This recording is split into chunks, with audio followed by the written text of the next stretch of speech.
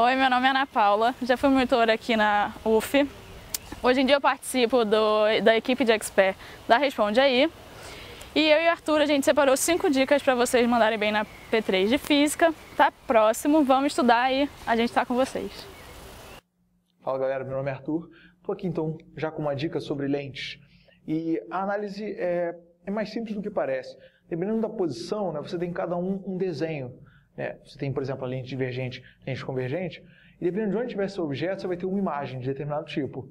Isso de acordo com aquelas posições de em relação a anteprincipal e foco, quer dizer, antes de um, em cima de um, antes do outro, enfim. Agora, você pode fazer aquele desenho dos raios e tal, comparar isso, um modo maior de ser feito, ou você pode gravar então um jeito mais modelado de como fica a sua imagem. No final das contas é isso que depende. É você botar o objeto, você quer saber então como fica a sua imagem dependendo de onde ele está. Cara, olha como é que é fácil de gravar. Antes do anteprincipal, a sua imagem vai ficar menor. Melhor que eu estou dizendo. Se o objeto estiver antes do anteprincipal, sua imagem vai ser menor. Se estiver no anteprincipal, vai ser igual. Se estiver entre anteprincipal e foco, ela vai ser maior. Se estiver no foco, é aquele caso em que estão os raios paralelos, né, que nunca se encontram. Ou seja, ela não existe, a sua imagem, nesse ponto. Agora, a partir do foco, ela volta a ser maior. Só que com o detalhe que ela vai ser virtual. Ou seja, ela vai estar para cá.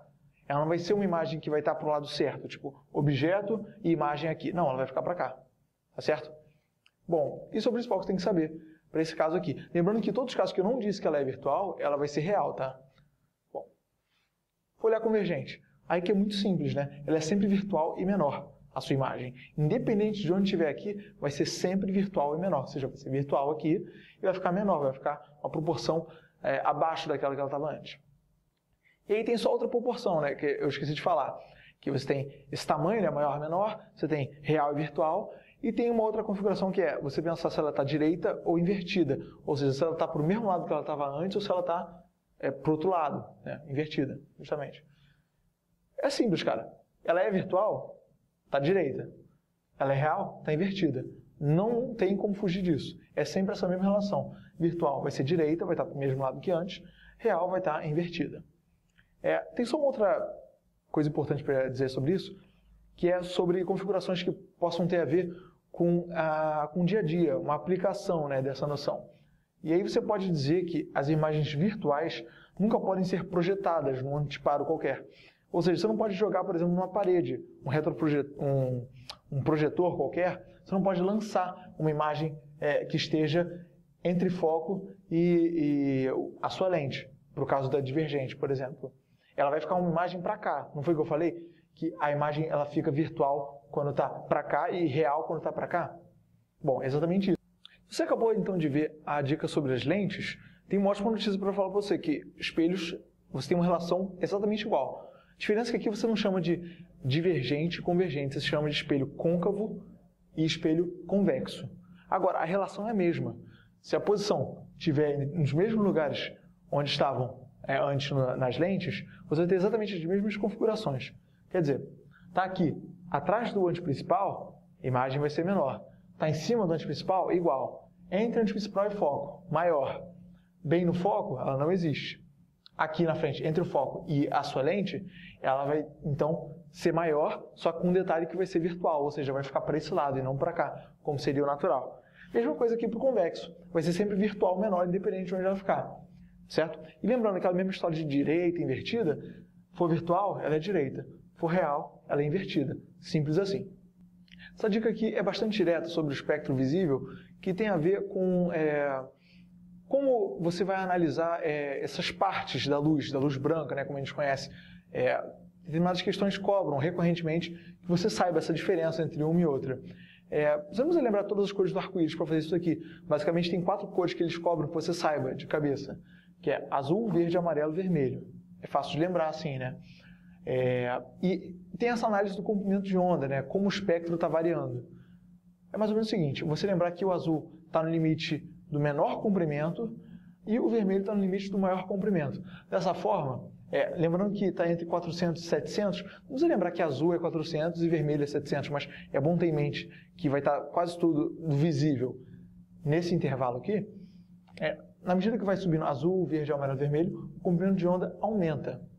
Ou seja, você está aumentando a distância, né, dessa onda, analisando então de 400 para 700. Agora, se o comprimento de onda está aumentando, a sua frequência ela diminui, né? Tá certo? Se eu for olhar agora então do vermelho para o azul, a frequência aumenta, mas ao contrário ela diminui. Bom, o que isso significa, né? Só lembrar então que o azul vai ter um menor comprimento, mas vai ser uma maior frequência. O vermelho vai ter então um maior comprimento, mas vai ter uma frequência menor.